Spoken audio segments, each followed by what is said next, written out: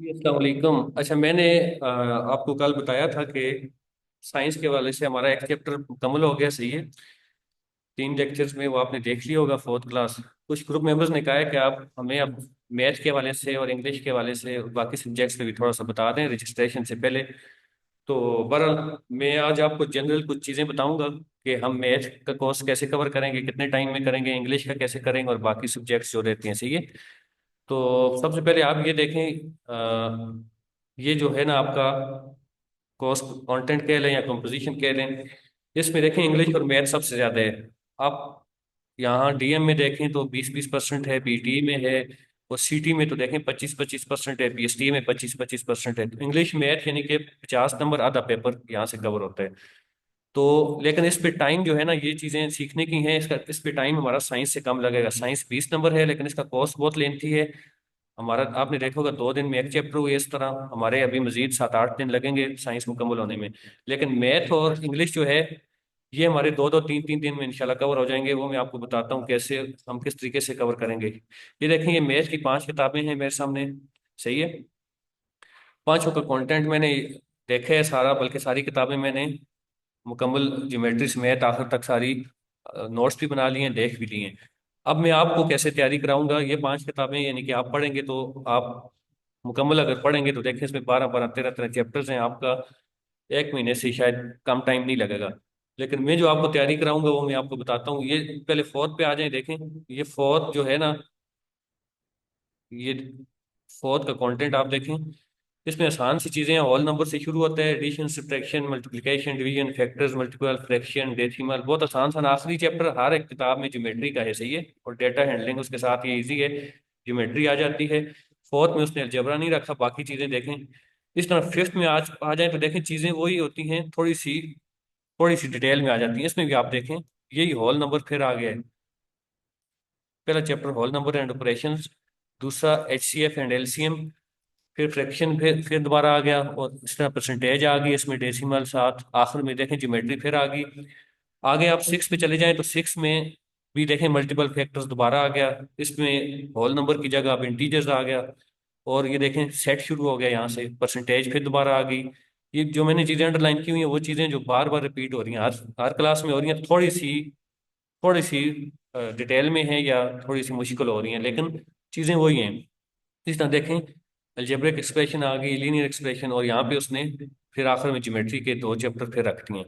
इसी तरह आगे 7th 8th पे चले जाएं, देखें यहाँ पे रेशनल नंबर आ गया। पीछे क्या था, इंटीजर्स था, और उससे पीछे होल नंबर था, यहाँ रेशनल नंबर आ गया। पहला चैप्टर हमेशा ये नंबर्स पे बना रहे। फिर उसके बाद यहाँ पे देखें फाइनेंशियल अर्थमेटिक आ गया, सेट देखें दोबारा आ गया, अलजबरा भी दोबारा आ गया इसमें, और इसमें जो है वो ज्योमेट्री की चीज़ें कुछ फिर दोबारा आ गई हैं आखिर में। और यहाँ पे देखें रियल नंबर, अब यहाँ पे क्या था, पहले होल नंबर था, उसके बाद जो है उसने नेचुरल नंबर, फिर इंटीजर, फिर रैशनल नंबर, अब यहाँ पे रियल नंबर ले आया है। देखें फाइनेंशियल अर्थमेटिक दोबारा आ गया, सेट दोबारा आ गया, ज्योमेट्री की कुछ चीज़ें फिर दोबारा आ गई। अब मैं आपको जो तैयारी कराऊंगा मैथ की वो मैं आपको बताता हूँ। ये देखें, मैंने मैथ को 3 हिस्सों में डिवाइड कर दिया है, 4 हिस्सों में बल्कि। सबसे पहले जनरल मैथ का मैंने उसको नाम दिया है, सही है। आप कोई भी नाम देने, मैंने उसको जनरल मैथ या कंसेप्चुअल का नाम दिया है, सही है। अब इसमें कौन सी चीजें हैं, इसमें ऐसी चीजें हैं कि आप एक बार सीखेंगे तो आपको आखिर तक याद रहेंगी। इसमें मसला नहीं है, आप भूल जाएंगे, कोई रटे वाली चीजें नहीं है। इसमें देखें, whole number, natural number, integer, rational number, real number.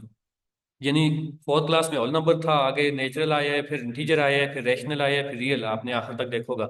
ये चीजें मैं आपको एक साथ करा दूंगा। ऐसे नहीं है कि हम होल पढ़ेंगे फिर आगे जाके अगली क्लास में फिर नेचुरल शुरू हो जाएगा, इस तरह मिक्स होंगी आपकी चीजें। मैं आपको ये पांचों चीजें एक ही जगह करा दूंगा, यानी कि इस तरह व्हाइट बोर्ड पे मैं आपको इस तरह 5 हिस्सों में तकसीम करके whole number, natural, integer, rational, real लिख के, इनमें थोड़ा थोड़ा फर्क है। होल नंबर में जीरो होता है, नेचुरल में जीरो नहीं होता, इंटीजर में प्लस माइनस दोनों में होते हैं नंबर, रैशनल जो है वो पी क्यू की फॉर्म में होता है, और रियल नंबर जो है वो, ये सारा जो है मैं आपको बता दूंगा। इनका डिफरेंस बहुत आसान है, आप 20 मिनट में ये सारा कुछ सीख लेंगे, फिर आपको हर क्लास में आगे जाके दोबारा दोबारा ये चीज़ें पढ़ने की जरूरत नहीं है। दूसरा जो मैंने उसको नाम दिया है वो आईक्यू है। जिसका आईक्यू अच्छा है उस वो वैसे भी ये सवाल कर लेते हैं, यहाँ से वो अच्छे खासे 5-7 सवाल लाजमी बनाते हैं। इसमें क्या क्या चीज़ें हैं, ये देखें आप। रेशो, परसेंटेज, प्रोपोर्शन, इस तरह की चीजें। कभी वो आपसे कहेगा कि परसेंटेज निकालें, फलां बंदे ने ये इन्वेस्टेड किए, इतना उसको फायदा हुआ नुकसान हुआ, परसेंटेज निकालें। कभी रेशो निकालने का कहेगा, कभी प्रोपोर्शन वाले सवाल। और फिर एच सी एफ एलसीएम, ये तो लाजमी, एच सी एफ एलसीएम से दो तीन एमसीक्यूज। ये सारी चीजें मैंने आईक्यू में डाल दी हैं, यानी कि जिसका आईक्यू जितना अच्छा होगा वो ये चीजें आराम से करेगा। और ये भी मैं आपको एक जगह सिखाऊंगा, ऐसे नहीं है। देखें, परसेंटेज फोर्थ क्लास में थी, आगे रेशियो थी, फिर इस तरह एच सी एफ एलसीएम, उसके बाद ये सारी चीजें मैं आपको ये भी एक जगह इकट्ठी करा दूंगा, सही है। ये भी इंशाल्लाह इंशाल्लाह आप आधे घंटे में बहुत आराम से सीख लेंगे ये सारी चीजें। परसेंटेज को डेसिमल में कैसे कन्वर्ट करना है। अच्छा, यहाँ पे डेसिमल भी है, सही है। यहाँ पे एक चीज मैंने छोड़ दी थी, यहाँ पे डेसिमल भी है, डेसिमल नंबर, सही है, जो पॉइंट की शक्ल में होते हैं।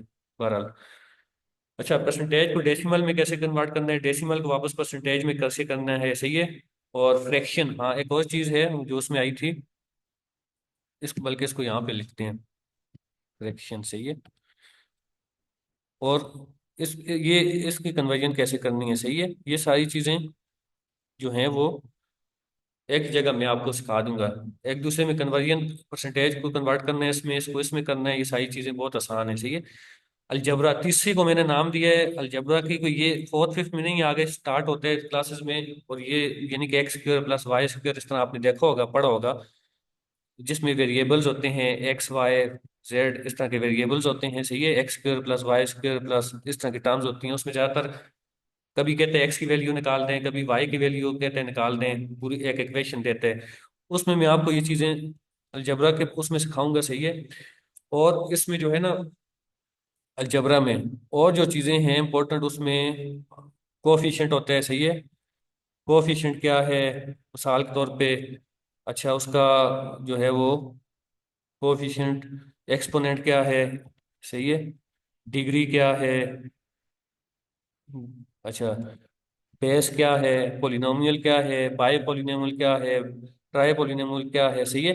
ये सारी चीजें मैं आपको एक जगह अलजेब्रा में सिखाऊंगा, सही है।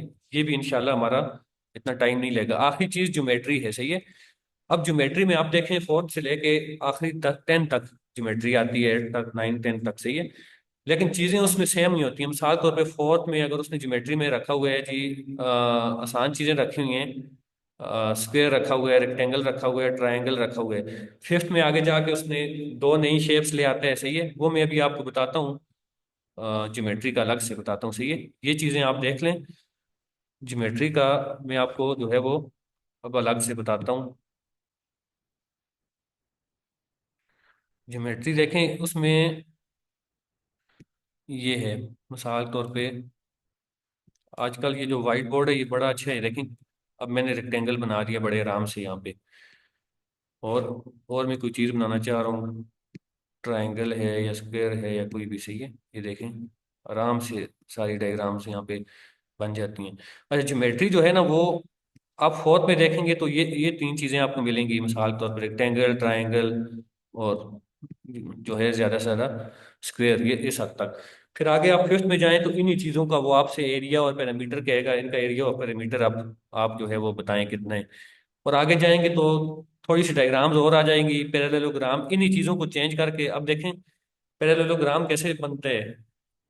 यही मिसाल तौर पर रेक्टेंगल है, उसकी साइड्स पैरेलल होती हैं, सही है। ये जो ऑपोजिट साइड्स हैं पैरेलल होती हैं, सही है। इसी तरह उसके आगे रोम्बस है, रोम्बस कहाँ से बनते हैं, वो स्क्वायर से बनते हैं, यानी स्क्वायर है, स्क्वायर की उस चारों साइड बराबर होती हैं, तो ऑपोजिट साइड पैरेलल होंगी तो वो स्क्वायर से रोम्बस बन जाएगा। इस तरह काइट क्या है, इसी तरह आगे मुख्तलिफ डायग्राम्स जो हैं वो आती रहती हैं, सही है। तो इसमें मैं आपको ये करूंगा कि एक ही बार आपको मैं रेक्टेंगल, ट्रायंगल से लेके पैरेललोग्राम, काइट, रोम्बस तक सारी में आपको शक्लें जो हैं वो, क्यूब है उसमें, क्यूबाइड है, कौन है, सिलेंडर है, सही है, जो भी चीजें सबकी मैं आपको पहले सबकी जो है वो शक्लें बताऊं, दिखाऊंगा कि देखें स्क्वायर, रेक्टेंगल इस तरह का होता है, स्क्वायर इस तरह का होता है, ट्रायंगल इस तरह का होता है सारा। फिर देखें ज्यादातर चीजें वो इनमें से जो पूछते हैं वो या एरिया पूछता है, या पैरामीटर पूछता है, या वॉल्यूम पूछता है। बहुत आसान चीज है पैरामीटर, ये जो बाहर वाली बाउंड्री है ये पैरामीटर होती है। मैं आपको बताऊंगा कि देखें रेक्टेंगल की मिसाल के तौर पे ये वाली सेम है और ये साइड सेम है, तो इसका पैरामीटर नापने का आसान तरीका है कि आप जो है वो ये वाली साइड जो है वो अंदर जमा कर दें और बाहर दो से मल्टीप्लाई कर दें। और स्क्वायर जो है इसके चारों साइड्स बराबर हैं, तो उसका आसान सा तरीका है कि लेंथ मालूम कर लें एक, और 4 से मल्टीप्लाई कर लें, बाकी सारी बराबर हैं, तो आपके पास सिंपल उसका पेरीमीटर आ गया। पेरीमीटर बाउंड्री के कहते हैं, सही है। एरिया उसके अंदर होते हैं, ये जितना ये सारा एरिया है, एरिया जो है मीटर स्क्वायर में नापा जाता है। इसके लिए मिसाल तौर पे रेक्टेंगल है तो लेंथ और वेट को मल्टीप्लाई करेंगे, स्क्वायर में भी लेंथ वेट को मल्टीप्लाई करेंगे। अब तीन चीजें आ गई तो उसमें जो है उसका हाफ करके और अंदर लेंथ और वेट को मल्टीप्लाई करते हैं। कुछ में जो है वो आगे जो मुख्तलिफ डायग्राम्स है उसमें हर एक का थोड़ा थोड़ा फर्क है, लेकिन जब आप समझ जाएंगे कि एरिया है क्या चीज। एरिया देखें, आपका घर है, उसकी बाउंड्री है, ये जो बाउंड्री है ये पैरामीटर है उसका, जितनी लंबाई है उसके अंदर जो घर के अंदर एरिया है वो, उसको हम एरिया कहते हैं, सही है। तो आप जब ये चीजें समझ जाएंगे आपके पास मुश्किल से मुश्किल डायग्राम भी आ जाएगी। आप उस पता लग जाएगा आपको कि ये देखें ये पैरामीटर है, अब इसको कैसे नापा जा सकता है, और ये अंदर इसका जो है वो एरिया है। तो बहरहाल ये चीजें मैं आपको एक जगह कराऊंगा। ये चीजें फोर्थ में भी हैं, आगे जाके मुश्किल हो रही हैं, उससे आगे और मुश्किल हो रही हैं, तो मैं आपको एक ही जगह जब करा दूंगा तो आपके लिए बहुत आसान हो जाएंगी सीखने में, सही है। तो इस तरह हमारा देखें, अगर हम एक दिन में जनरल मैथ्स जिस तरह मैंने आपको बताया कर लेते हैं, समझ लेते हैं रेशनल नंबर क्या है, दूसरा टीजर क्या है, रियल नंबर क्या है। एक दिन में अगर हम दूसरा आईक्यू वाले कर लेते हैं, परसेंटेज और इस तरह की चीजें, फिर एक दिन में हम अलजेब्रा कर लेते हैं, और एक दिन, एक या दो दिन में हम ज्योमेट्री करते हैं, तो देखें 5 दिन में हमारा मैथ इंशाल्लाह पूरा मुकम्मल हो जाएगा।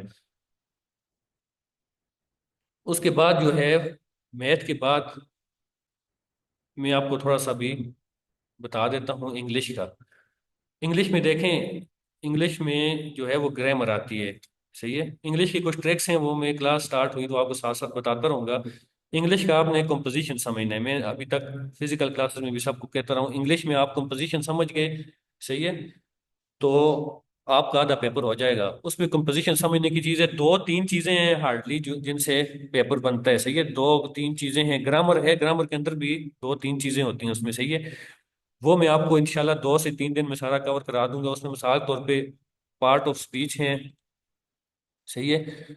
तो नाउन से हम लेके आखिर में इंटरजेक्शन तक जितनी भी पार्ट ऑफ स्पीचेज हैं, सही है, 8 हैं 7 हैं, वो सारी में एक ही बार उनकी आगे टाइप्स, मजीद टाइप्स, जिस तरह नाउन के आगे मजीद टाइप्स हैं, प्रोनाउन की हैं, सही है, वर्ब की हैं, एडवर्ब की हैं, वो हम एक ही जगह करेंगे, क्योंकि उसको भी इसने इस तरह डिवाइड किया होता है बच्चों के लेवल के हिसाब से। आसान चीज़ें फोर्थ में रखी होती हैं, फिफ्थ में थोड़ी मुश्किल, सिक्स में थोड़ी मुश्किल, से ये चीज़ें वही होती हैं। इसको भी हम इसी तरतीब से करेंगे, यानी नाउन हम जितना पढ़ेंगे वो फोर्थ में है, फिफ्थ में है, सिक्स में है, सेवन्थ में है, एट में है, वो नाउन हम एक ही जगह पढ़ लेंगे, सही है।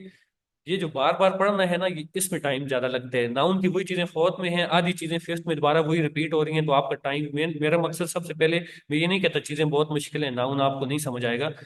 आपका टाइम जो है मैंने सबसे पहले बचाना है, आपको चीजें मैंने कंबाइन करके देनी है, ऑर्गेनाइज करके देनी है, आपका टाइम ताकि बच जाए। दूसरी चीज जो है इसमें, वो मिसाल तौर पे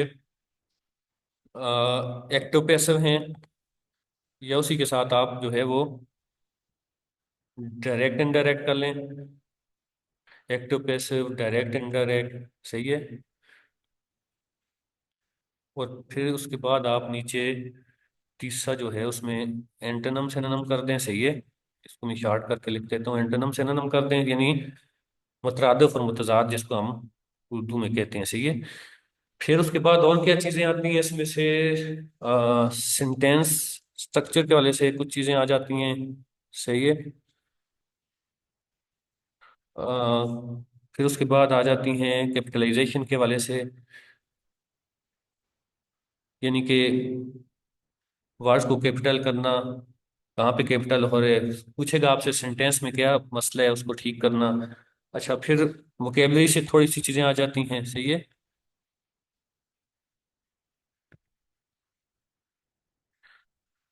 वर्ड्स मीनिंग कह रहे हैं, वोकेबलरी कह रहे हैं, सही है। अच्छा, इसमें जो है वो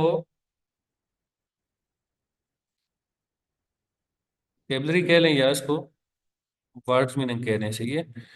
इसमें से एक दो आती हैं, ज्यादा चीजें जो है ना इसमें मैं आपको बताऊं, ये भी मैंने, ये तो मैंने ज्यादा चीजें लिखती हैं। जो असल मैथ मिसाल तौर पे 20 नंबर हैं, आपके 25 नंबर हैं, तो उसमें से आप देखेंगे 17 18 MCQs दो तीन चीजों से आए होंगे, वही रिपीट हो रही होंगी, कभी घुमा फिरा के उसको नाउन में डाल देगा, कभी वर्ब में, कभी एडवर्ब में।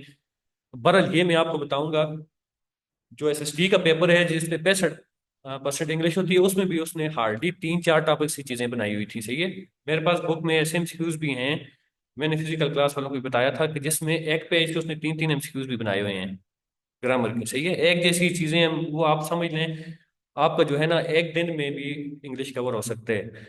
कंसेप्ट की चीजें हैं वही जो है ना उसको घुमा फिरा के दे देते हैं, सही है। ग्रामर इतनी ज्यादा है ही नहीं। देखें ये जो मैंने चीजें लिखी हैं, पार्ट्स ऑफ स्पीच है, active passive direct indirect antonym synonym sentence structure है, कैपिटलाइजेशन है, वोकेबलरी है, वर्ड्स मीनिंग है।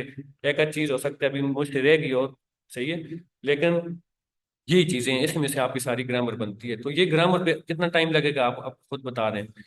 इस पे हार्डली हमारा जो है, हम बहुत ज़्यादा डिटेल में भी करेंगे तो 2 3 दिन चले कर लें, इससे ज़्यादा हमारे इंशाल्लाह नहीं लगेंगे, सही है। अच्छा, उसके बाद जो है इंग्लिश और मैथ के बाद मैं आपको थोड़ा सा अब इस्लामियात का और, अच्छा इसमें एक और चीज़ देखें, ये कोर्स कंटेंट हो गया। ये पास पेपर है, सही है। मेरे पास ये एनटीएस के पास पेपर भी हैं, आपको नजर आ रहे होंगे। ये 2019 18, ये जितने ही पास पेपर हैं देखें, ये सारे पास पेपर भी मेरे पास पड़े हुए हैं। और ये देखें, ये ईटा के हैं, ईटा वाले इंपॉर्टेंट हैं, ये आखिरी साल के हर डिवीजन में, हर डिवीजन का अलग से पेपर हुआ था, सही है। तो ये तकरीबन 50 60 पेजेस ये से भी ज्यादा बन जाते हैं, क्योंकि हर डिवीजन का सीटी का पेपर, हर डिवीजन 60 डिवीजन उन्होंने बनाई थी, 7 पेपर 700 एमसीक्यूज हैं। इस तरह पीएचडी के 700 एमसीक्यूज हैं। तो इन सब पे मैंने काम किया है, मैंने उस दिन वीडियो भी एक भेजी थी, देखें। ये जो एमसीक्यूज हैं, मुझे, मैंने सारा इनको देखा है कि कौन सी बुक के कौन से सफ़े से कौन सी लाइन से है, मैंने इतना भी अंडरलाइन किया हुआ है इसको, मैंने ये देखें अपने उसमें लिखा हुआ है इसको, अपने वर्ड्स में, सही है। 7 72 का मतलब है 7वें चैप्टर से पेज नंबर 72 है, 6 55, यानी कि इस पे मैंने पास पेपर में बहुत ज्यादा काम किए हुए हैं। मुझे पता है कि वो फोर्थ से कितना उठाते हैं, फिफ्थ से कितना उठाते हैं, सिक्स से कितना उठाते हैं, सेवन से। तो ये जो है इशू पास पेपर वाला इंशाल्लाह आपका हल हो जाएगा, सही है। अब मैं आपको थोड़ा सा इस्लामियात और पाक स्टडी के वाले से बता देता हूँ। पाक स्टडी हिस्ट्री मेरा अपना सब्जेक्ट है, सही है। पाक स्टडी और सोशल स्टडी मिला के 15 एमसीक्यूज आपके बनते हैं, सही है। आप कोर्स कंटेंट देखें अगर, तो उसने सोशल स्टडी अलग से लिखा हुआ है 10 नंबर का, और यहाँ पे जनरल नॉलेज में पाक स्टडी के दोबारा 10, यानी 5 नंबर, 5 इस्लामियात के हो गए और 5 यानी 15 नंबर है, सही है। अब 15 नंबर जो हैं वो अच्छे खासे बनते हैं। पाक स्टडी हम कैसे कवर करेंगे? पाक स्टडी में पहले इसको हम सोशल स्टडी का नाम दे दें, पाक स्टडी का जो भी, सही है। इसमें क्योंकि 3 तरह की किताबें हैं, जो बच्चों की फोर्थ फिफ्थ की किताबें हैं वो, उसको उन्होंने सोशल स्टडी का नाम दिया हुआ है, जो फोर्थ और फिफ्थ क्लास में पढ़ाते हैं। जो 6 7 8 में पढ़ाते हैं उसको उन्होंने हिस्ट्री और जियोग्राफी में डिवाइड किया हुआ है, हिस्ट्री और जियोग्राफी में, सही है। 6 7 8 को, सही है। यानी 6 की भी हिस्ट्री जियोग्राफी है, 7 की भी है और 8 की भी है। इसी तरह उन्होंने जो 9 10 है उसको पाक स्टडी का नाम दिया हुआ है, सही है। अब आपका फोर्थ से लेकर 10 तक कहीं से भी आ सकते हैं, सही है। पाक स्टडी जो है वो 9 10 में है। अब देखें कितनी किताबें बन गई, पहले तो आपने किताबें देखनी है। 2 ये हो गई, 6 ये हो गई, क्योंकि हिस्ट्री अलग है ज्योग्राफी अलग है। आता है हिस्ट्री से ही ज्यादा है, लेकिन बड़ा ज्योग्राफी से भी कुछ एमसीक्यूज आते हैं। 8 10 किताबें हैं, सही है। अब आपके पास 10 किताबें हैं और 15 एमसीक्यूज हैं, सही है। 10 किताबें और 15 एमसीक्यूज वहां से आने हैं। तो 10 किताबें आप पढ़ेंगे तो आपको कितना टाइम लगेगा, पहले तो आप ये देखें, सही है। और फिर पाक स्टडी ऐसा सब्जेक्ट है जो ज्यादातर लोगों के लिए, मेरा तो अपना सब्जेक्ट है, मुझे इंटरेस्ट है, सही है, हिस्ट्री पाक स्टडी। लेकिन मुझे पता है खासतौर पे फीमेल्स के लिए, या जो लोग बाकी साइंस के सब्जेक्ट से होते हैं, उनको पाक स्टडी अच्छी नहीं लगती, वो भागते हैं, सही है, मुझे इसका आइडिया है। अब 10 किताबें और 15 नंबर, मैंने पाक स्टडी आपको कैसे करानी है? देखिए पाक स्टडी में हम 2 चीजें कर सकते हैं जिससे आपका काम इजी होगा। मैंने जो सेशन हुआ था यहाँ उसमें भी बात की थी, आप में से शायद कुछ लोगों ने रिकॉर्डिंग उसकी सुनी होगी।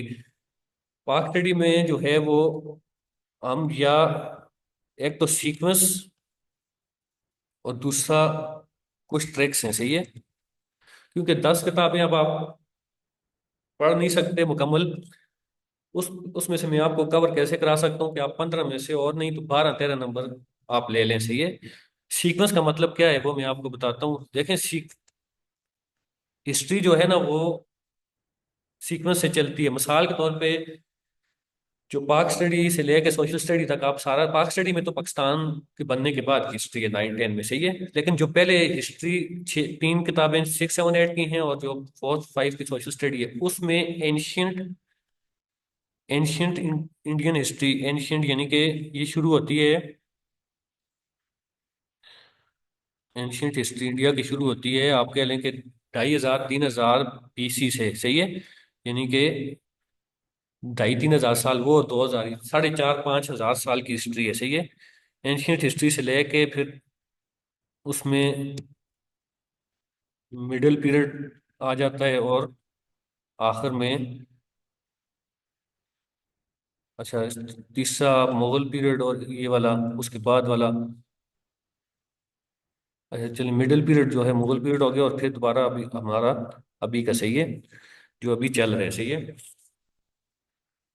इसमें 3 तरह जो है वो, इसको चलें ये बाग स्टडी में आ जाते हैं। मिसाल तौर पर 1857 से आगे का, इसको मैं 1857 से अभी तक जो है जितना टाइम गुजर गया, 2000 तक। अब देखें, हिस्ट्री यहाँ से शुरू होती है, ये 4 5 5 हजार साल है, सही है।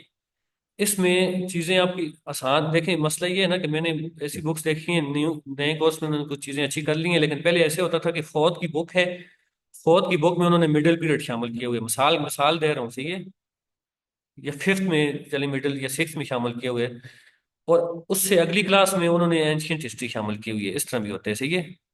यानी ये चीजें आपको पहले बच्चों को जो पढ़ाते हैं ये पहले पढ़ा देते हैं, ये बाद में पढ़ाते हैं, ये सबसे आखिर में पढ़ा देते हैं, कहते ये तो ठीक है सबसे आखिर में। लेकिन आखिर में भी ऐसा होता है कि पाक स्टडी 1947 वाली चीजें उसके बाद पहले पढ़ा देते हैं, और ये बाद में पढ़ा देते हैं 1857 से 1947 तक। तो अब इसमें ये होता है कि आपको चीजें उस तरह समझ नहीं आती, सही है। सीक्वेंस से फायदा क्या होता है? सीक्वेंस से ये होता है कि देखिए, अब सीक्वेंस से मिसाल के तौर पे कोई चीज एंशियंट हिस्ट्री में हुई है तो उसी चीज का लिंक है आगे मिडिल पीरियड के साथ, मिडिल पीरियड में जो हुई है उसी का लिंक आगे बनते हैं, सही है। तो जब आप सीक्वेंस से चीजें करेंगे तो आपके लिए कुछ चीजें जो है वो आसान हो जाएंगी। पहले तो मैं ये करूंगा कि चाहे वो फोर्थ में है, फिफ्थ में है, सिक्स में है, मैं आपको सीक्वेंस से पढ़ाऊंगा। मैं पहले आपको एंशियंट हिस्ट्री की चीजें बताऊंगा, सही है। उसके बाद मैं आपको मिडिल पीरियड की बताऊंगा, चाहे वो जिस क्लास में भी हैं। लाजमी नहीं हम फोर्थ से शुरू करें और 10 तक आके खत्म करें। उसके बाद मैं आपको 1857 से 2000 तक की चीजें बताऊंगा, सही है। अब देखें, मैं आपको मिसाल देता हूँ सीक्वेंस की मैं आपको मिसाल देता हूँ। मिसाल तौर पे 1947 से बाद चले मैं आपको बताता हूँ, कुछ चीजें आपको पता होंगी। 1947 से लेके 50 तक, मिसाल तौर पे 1947 से 50 तक, सही है। 47 से 50 तक जो है वो आपको पता है, ये आगे चलें, थोड़ा सा और आगे चले जाते हैं 51 52 तक, 51 तक। अब देखें इसमें 1947 से 51 में कितने वाकयात हुए हैं पाकिस्तान बनने के अलावा। कश्मीर कश्मीर वार हुई है मिसाल के तौर पे, या उसके बाद पाकिस्तान जो है वो यूएनए के साथ पाकिस्तान का इल्हाक हुआ है, या फिर उसके बाद आप आगे चलें तो स्टेट बैंक स्टेट बैंक बना है, सही है। उसके बाद आगे चलें तो कायदे आज़म की डेथ हुई है, सही है। फिर उसके बाद आगे चलें तो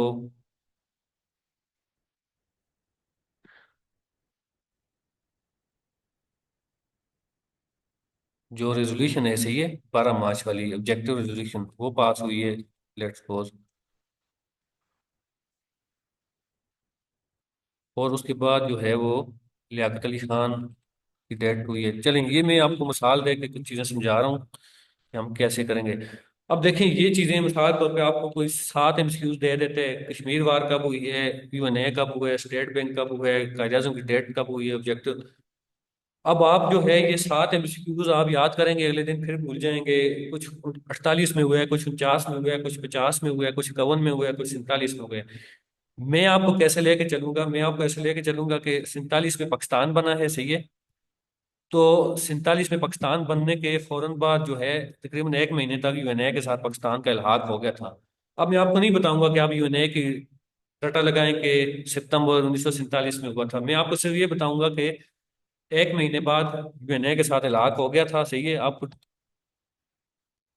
डेट जो है फिर कभी नहीं भूलेगी, सही है।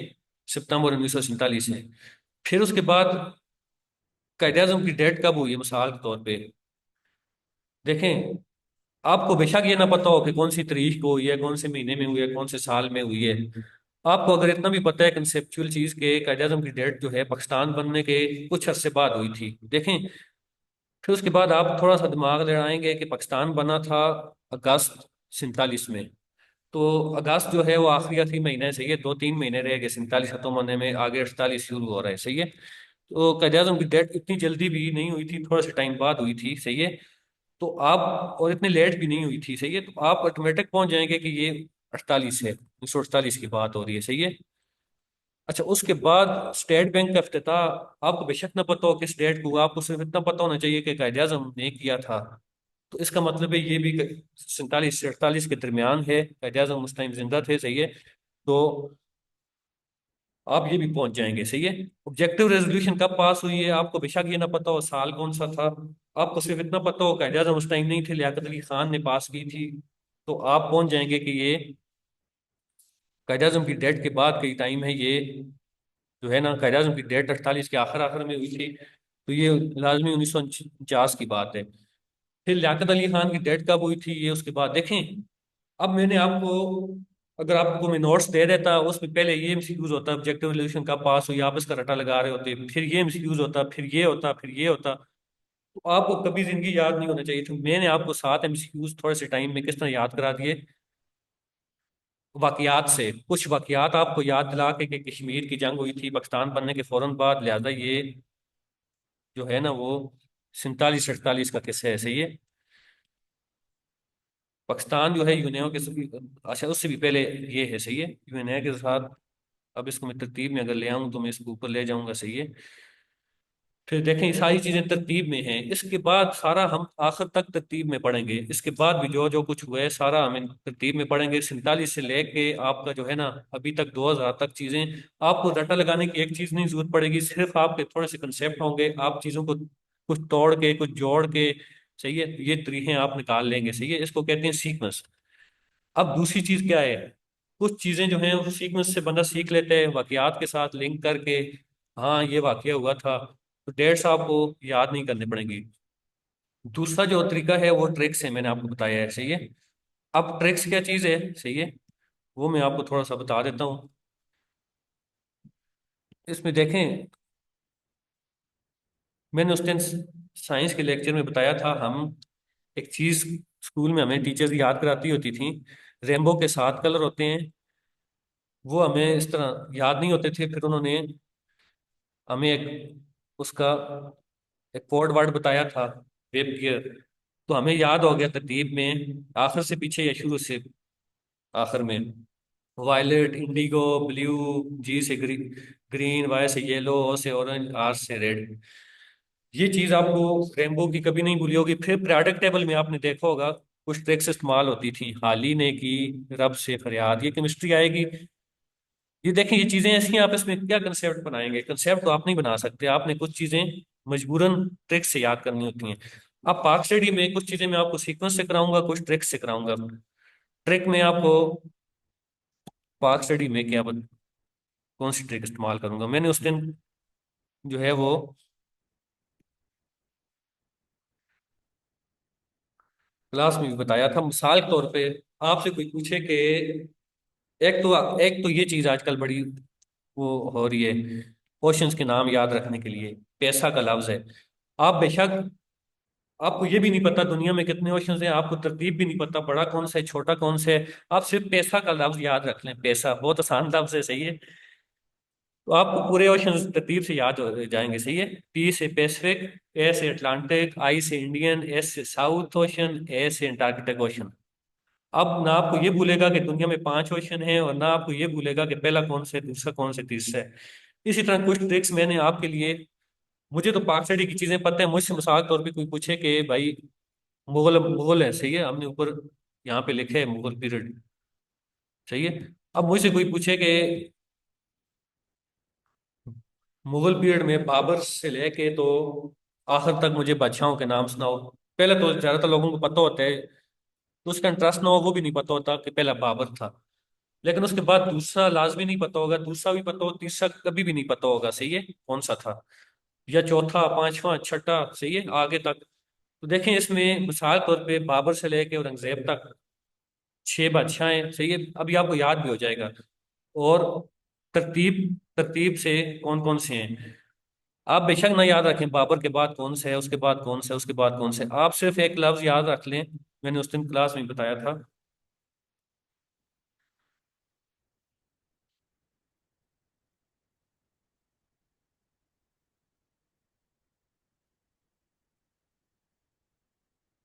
देखें, ये मैंने क्या लिखा है, ये मैंने लिखा है भाई जैसा, सही है, ये लफ्ज है भाई जैसा। अब देखें, मुगल मुसलमान थे, हमारे भाई थे, सही है, आपने सिर्फ ये याद रखना है कि हमारे भाई जैसे थे, सही है।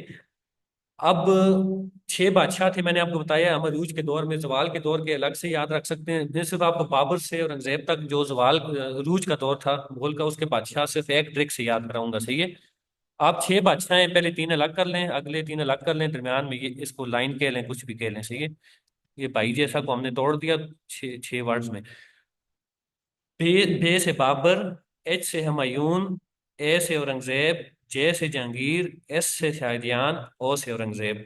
अब कभी जिंदगी नहीं भूलेगा ना, ये भूलेगा कि 6 बादशाह हैं, ना ये भूलेगा कि इनकी तरतीब क्या है। बाबर के बाद हुमायूं था, हुमायूं के बाद अकबर था, अकबर के बाद जहांगीर था, जहांगीर के बाद शाहजहां था, शाहजहां के बाद औरंगजेब था। ये आपको अब कभी जिंदगी नहीं भूलेगा। वैसे ही शायद आप इसको याद करने की कोशिश करते तो आपको ना याद हो सकता, सही है। देखें, ये कुछ ट्रिक्स हैं, भाई जैसा, पैसा, वेब गियर, प्रोडक्ट टेबल, मजबूरी है। अब जिसका इंटरेस्ट नहीं है तो उसको मैं इन ट्रिक्स की मदद से, अब हो सकता है इसमें से 2-3 एमसीक्यूज लाजमी आपके बने हुए हों, तो 2-3 यहाँ ही आपके मसले हल हो गए, सही है।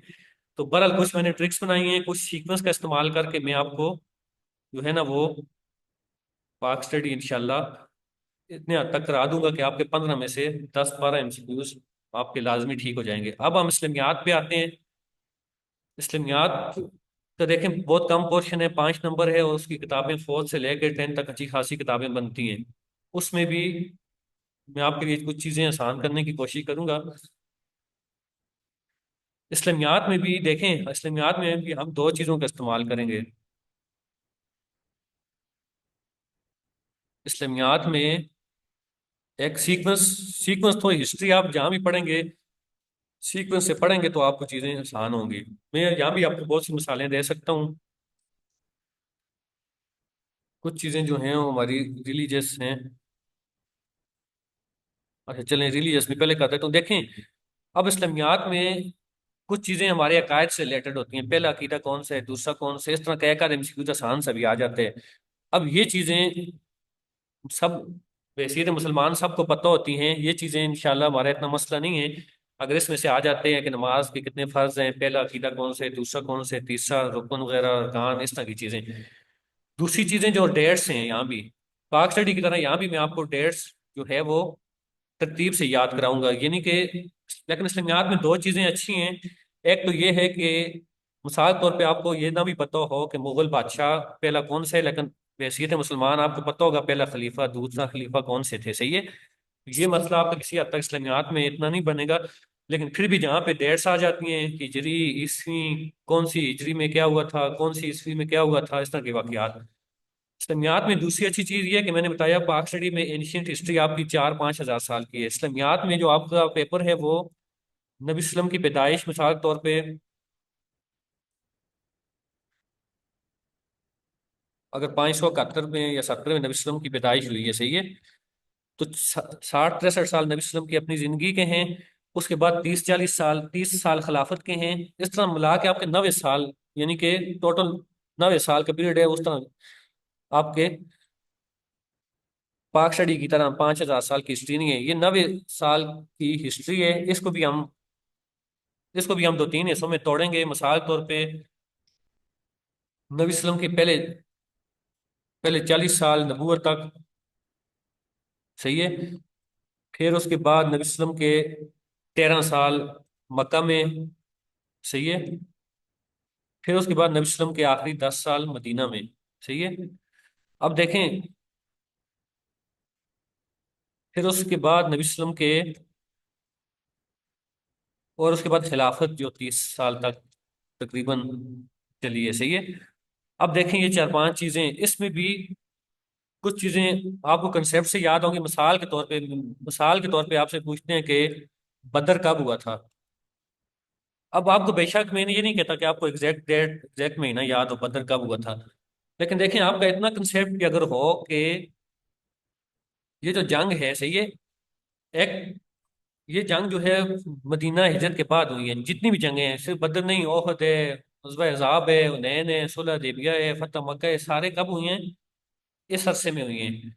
चलिए आपको ये भी अगर नहीं पता, आपको अगर ये भी पता है कि जो जंग होती है वो रियासत करती है, इंडिविजुअल कैपेसिटी में जंग नहीं की जा सकती इस्लाम में, सही है। इस्लाम में जंग का हक से रियासत को है। आपको ये भी पता हो तो आपको पता है कि रियासत बनी तब मक्का से मदीना हिजरत के बाद इन 10 सालों में जंगें हुई हैं। तो आपका मसला क्लियर हो जाएगा, बदर कब हुई है, ओहद कब हुई है। उसके बाद तरतीब से आपको कम से कम मिसाल के तौर पे ना एक इंफ्यूज आता है कि बदर कब हुई है। उसके नीचे चार ऑप्शन हैं। वो कहता है कि पहली ईस्वी में हुई है, दूसरी ईस्वी में, 10वीं ईस्वी में, पहली हिजरी में, दूसरी हिजरी में। देखें दो चीजें, या ईस्वी है या हिजरी है, सही है। तो आपका अगर कंसेप्ट क्लियर है कि भाई जंगें तो हुई इन 10 सालों में है, तो ईस्वी वाले जो दो ऑप्शन है वो तो आप एकदम आंखें बंद करके क्रॉस हो जाएंगे। फिर हिजरी में आपको मुश्किल आएगी। फिर हिजरी में हम जंगों को तरतीब से याद रखेंगे, सही है। बदर हुई है, ओहद हुई है, उसके बाद सारा जिस तरह मैंने वो बताया था कि ये सीक्वेंस होते हैं, सही है।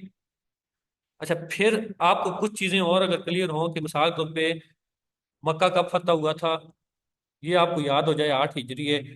तो फिर आपसे वो अगर एक्सक्यूज लाता है कि सुलह हुदैबिया कब हुआ था, तो आपको पता होगा सुलह हुदैबिया कि मक्का की फतह से बाद में तो हो नहीं सकता, पहले हुआ था, फिर मसला बना था, फिर उसके बाद मक्का फतह हुआ था। तो इसलिए इसका मतलब ये पीछे की बात है, ये 7 की है, 6 की है, और ये ईस्वी जो है ये तो बिल्कुल ही निकल गया। ये तो आपका कंसेप्ट बन गया कि जंगें हुई हिजरत के बाद है, तो ईस्वी वाले जितने ऑप्शन उसने रखे होंगे वो आप वैसे ही उसको डिलीट कर देंगे, सही है। अच्छा, उसके बाद में कुछ चीजें जो हैं वो इस्लामियात में आपको देखें, ये अकायद की चीजें भी आपकी क्लियर हो गई, सीक्वेंस की भी हो गई। ये जो है तरतीब में मैं आपको जो है वो ये भी बता दूंगा, सही है। और अच्छा, फिर मैं आपके लिए एक नोट्स बनाऊंगा। मिसाल के तौर पे देखें, सारे वाकयात जो है ना, ज्यादातर वाकयात इस टाइम में हुए हैं, हिजरी पीरियड में। आप एक हिजरी उठाएंगे, आपको देखें मिसाल के तौर पे एक हिजरी है, उसमें लाजमी कोई ना कोई जंग भी हुई होगी, सही है।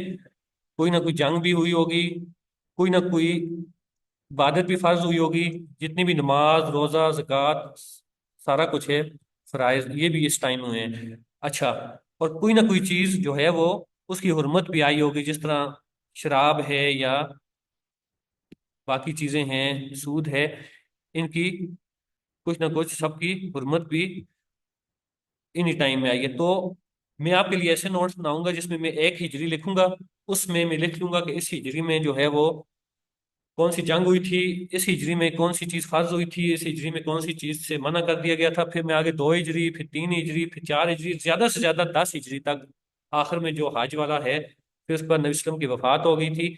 तो ये 10 हिजरी के कोई 30-40 वाकयात होंगे बहुत खास खास, और इनमें से 3-4 एमसीक्यूज लाजमी आते हैं। ये मैं आपके लिए एक अलग से एक पेज का नोट होगा। एक हिजरी के नीचे 3-4 वाकयात होंगे, 2 हिजरी के नीचे ये भी मैं कंबाइन करूंगा। मैं ऐसे नहीं करूंगा कि आपको ग़ुज़वा अज़ाब मिसाल के तौर पे 5 हिजरी में हुई है तो वो एमसीक्यूज में सबसे ऊपर रख लूँ, बदर जो है वो शुरू में हुई है उसका एमसीक्यूज में नीचे ले आऊँ। तो आप जो है वो देखें, इंसान को जो दिमाग है वो सीक्वेंस में, हमेशा सीक्वेंस में काम करते हैं, पहले से बाद, पहले ये हुआ था उसके बाद ये हुए। और इस्लामियात ऐसी चीज में जिसमें देखें ये सब्जेक्टिविटी तारीख में हमेशा मरूजियत को एक चीज का दूसरे के साथ लिंक होते हैं। अब ये हिजरत हुई है तो हिजरत का इन जंगों के साथ लिंक है। हिजरत हुई है तो कुफार को जो है तकलीफ हुई है, फिर उन्होंने कभी आके मासरा कर लिया, कभी क्या कर लिया, कभी क्या कर लिया, उसके बाद जंगें हुई हैं।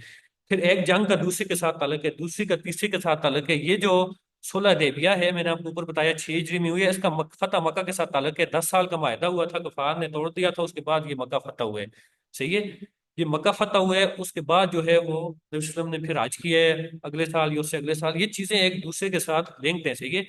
ये चीजें मैं आपको ऐसे कराऊंगा, दूसरी तरह आप पूरी जिंदगी लगे रहेंगे, एक दिन याद करेंगे, अगले दिन भूल जाएंगे, अगले दिन तीसरे दिन भूल जाएंगे। सही है। तो इस्लामियात हम 5 नंबर हैं, उस पर भी इंशाल्लाह कोशिश करेंगे हमारे 5 के 5 उसमें हल हो जाएं। सही है। आखिरी चीज रहेगी हमारे पास पेडागोजी, क्योंकि उर्दू नहीं है। सही है। उर्दू उन्होंने सिर्फ एसएसटी में रखी है, बाकी निकाल दिया, होती वो इजी है लेकिन ना निकालते अच्छा था, ग्रामर होती है बहुत आसान सान। अब आखिरी पेडागोजी रहेगी। सही है। पेडागोजी जो है वो, पेडागोजी के 10 एमसीक्यूज हैं, और ये बनते कहाँ से हैं? ये एम एड और बी एड की बुक से बनते हैं। एम एड और बी एड, और ये बुक्स कितनी हैं आपको पता है? अगर ये भी 10-12 बुक्स बन रही हैं और 10 एमसीक्यूज हैं, तो 10 एमसीक्यूज में से भी देखें, 10 एमसीक्यूज हैं, उसमें से भी 5 एमसीक्यूज ऐसे होते हैं, 10 में से 5 एमसीक्यूज ऐसे होते हैं कि जो बहुत आसान होते हैं। यानी कि पेडागोजी आपको समझ आ जाए। पेडागोजी टीचिंग मेथड है। सही है। जो बच्चों को पढ़ाते हैं, बच्चों की नफ्सियात उसमें समझ नहीं होती है, उसमें और बहुत सी चीजें होती हैं, तो पेडागोजी में वो चीजें पूछी जाती हैं। सही है। अब 5 एमसीक्यूज जो हैं वो बहुत आसान हो गए, आपको देख के ही लगेगा कि इसमें ये होना चाहिए। 5 एमसीक्यूज आपके रह गए जो मसला करते हैं, मुश्किल होते हैं, कंफ्यूज करते हैं। उस 5 एमसीक्यूज के लिए हम अगर एम की सारी किताबें लेके बैठ जाएं, बी की बैठ जाएं, तो ये कोई मेरे ख्याल से ज्यादा समझदारी का काम भी नहीं है, और स्मार्ट स्टडी भी हम इसको नहीं कह सकते।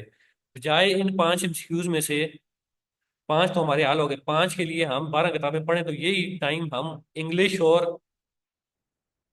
हम अपना इंग्लिश और उस पर लगा दें, मैथ पे, जहाँ से 50% आपका पेपर बनना है 50 नंबरों का।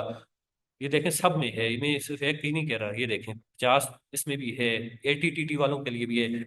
तो हमें पता भी है कहाँ से बनेगा, तो हम उस पर ज्यादा टाइम लगा लें, तो वो 50 में से हम कोशिश करें ज्यादा से ज्यादा नंबर ले लें। लेकिन इन 5 के लिए भी हम क्या करेंगे? सही है। इन 5 के लिए भी हम ये करेंगे कि हम नोट्स, बहुत अच्छे अच्छे नोट्स हैं भी, और मैं आपके लिए बना भी दूंगा। इस नोट्स में क्या होता है? इस नोट्स में एक रिपीटेड एमसीक्यूज होते हैं जो हर दफा रिपीट हो रहे होते हैं, दूसरा इंपॉर्टेंट होते हैं। ये 100-150 एमसीक्यूज है मिसाल के तौर पे। तो हम पेडागोजी को इन नोट्स से तैयार करेंगे। 5 एमसीक्यूज आपके इंशाल्लाह वैसे भी ठीक हो जाएंगे, 2-3 आप जब नोट्स तैयार कर लेंगे, 7-8 एमसीक्यूज आपके पेडागोजी के लिए आराम से निकल जाएंगे। अब देखें टाइम कितना लगेगा। पेडागोजी हमारा नोट से एक दिन में भी हो सकता है। मैथ और इंग्लिश से मैंने आपको बताया 3-3 दिन उनके लिए रख लें। इस्लामियात देखें 5 नंबर हैं, उसको चले हम 1-2 दिन उसको भी दे देंगे। और पाक स्टडी के नंबर ज्यादा हैं, पाक स्टडी सोशल स्टडी मिला के 15 नंबर हैं, उसको भी हम 2-3 दिन लाजमी देंगे।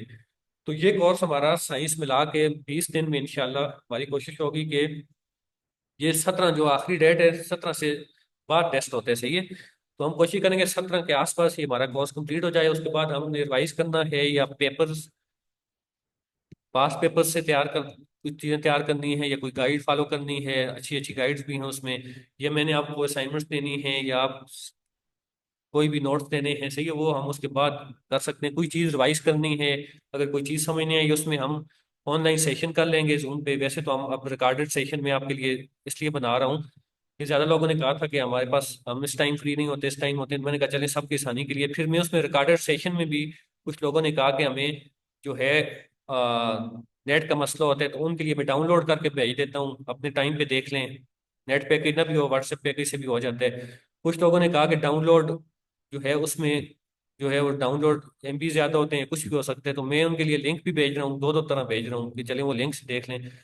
तो बहरहाल ये सारी चीजें आपकी आसानी के लिए मैं कर रहा हूँ। मैंने साइंस के भी लेक्चर्स भेज दिए हैं, ये भी आपको तरीका बता दिया, क्योंकि ये एक लेक्चर में 1-2 में पूरा हो नहीं सकता था, लेकिन मैंने आपको, उम्मीद है काफी हद तक आपको जो समझाने की कोशिश की है, हम कैसे किस चीज़ को कवर करेंगे, इस्लामियात को कैसे करेंगे, स्पार्क स्टडी को कैसे करेंगे, आपको समझ आ गई हो, आप उससे मुतमईन हो गए हैं, तो फिर हम अब रजिस्ट्रेशन करेंगे उससे आगे। सही है। मैं ग्रुप में उसका सारा प्रोसेस भी बता दूंगा। सही है।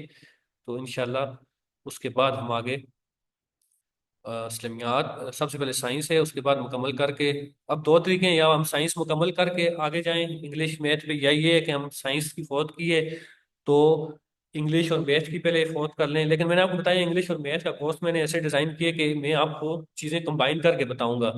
एक ही जगह मिसाल तौर पे स्क्वायर है तो वो 8 तक जितना भी स्क्वायर के वाले से आ रहे हैं वो मैं आपको मैथ में एक जगह बता दूंगा। तो इसके दो तीन तरीके हो सकते हैं। इस तरह हो सकता है कि मैथ का कुछ हम पहले कर लें कुछ बाद में कर लें, या एक बार साइंस खत्म करें फिर मैथ शुरू करें, ये आपकी चॉइस तक है, सही है। आप जिस तरह कहेंगे हम उसी तरह कर लेंगे। बहरहाल ये हमारा जो है ना, देखें अब, इस्लामियात, English, Urdu, social study, pedagogy, math, ये सारा जो है ना पीएचडी में देखें, ये सारी चीज़ें मैंने आपको बता दी हैं। कोई भी सब्जेक्ट रहा नहीं है, उर्दू उन्होंने निकाल दी है, वरना उर्दू के वाले से भी बहुत आसान था, मैं आपको बता देता।